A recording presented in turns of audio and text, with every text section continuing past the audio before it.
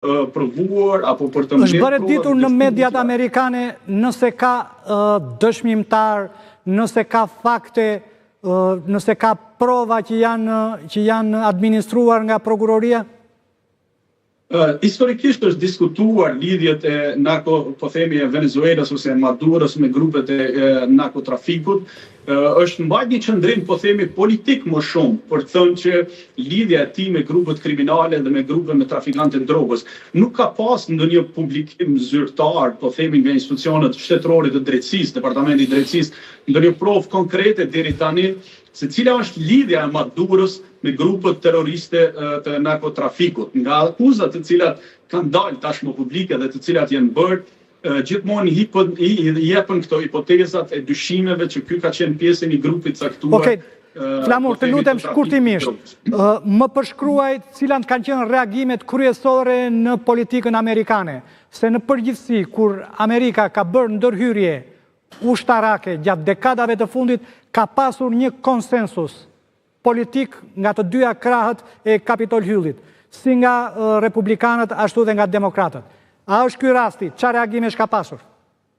Ajo që po vazhdon edhe sot debatet është fakti që kongresmen të ndryshëm demokrat kanë ngritur shqetësimin që Marco Rubio i ka gënyer senatorët dhe kongresmanët në takimet që është bërë në lidhje me ato këshillat ose kur bëhen takimet me marrje në pyetje të sekretarit të shtetit. Ata pretendojnë që Marco Rubio i ka gënyer për shkak se në deklarimet e tij para Kongresit dhe Senatit ka thënë që ne nuk po tentojmë të largojmë legitimitetin apo të largojmë presidentin apo të ndryshojmë politikat qeverisë në Venezuelë dhe po themi ka mohuar faktin që do ketë një ndërhyrje ushtarake toksore në Venezuelë.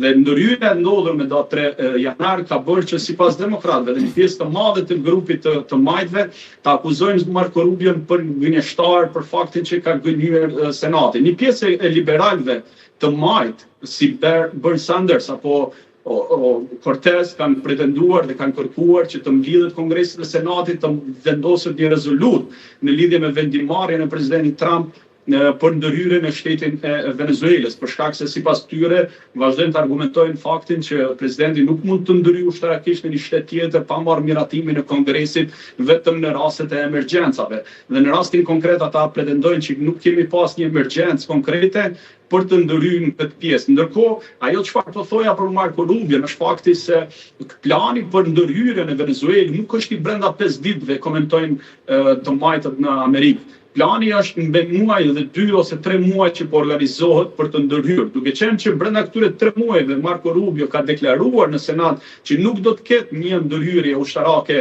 në Venezuelë, për këtë fakt është mbajtur një qendrim, po themi që i ka gënyer Senatin dhe Kongresin. Nga ana tjetër, pjesa e majt ose pjesa më e theksuar të majtës kanë vazhduar të quajnë një shkelje të kushtetutës nga presidenti Trump ndërhyrjen e invazionin e kryer në Venezuelë. Por ajo çfarë është diskutuar nga pala e republikanëve dhe administratës Trump është rasti që po provohet ose po faktohet arsyetimi i tyre ligjor për të ndërhyrë dhe për të arrestuar zotin Maduro është në 2 precedent të gjykatës së lartë në Shtetet e Bashkuara të Amerikës, siç do flasim më vonë. Doktrina Pierre de Fresve. Okej, Flamur, falenderoj dhe të uroj edhe një herë një vit të mbar.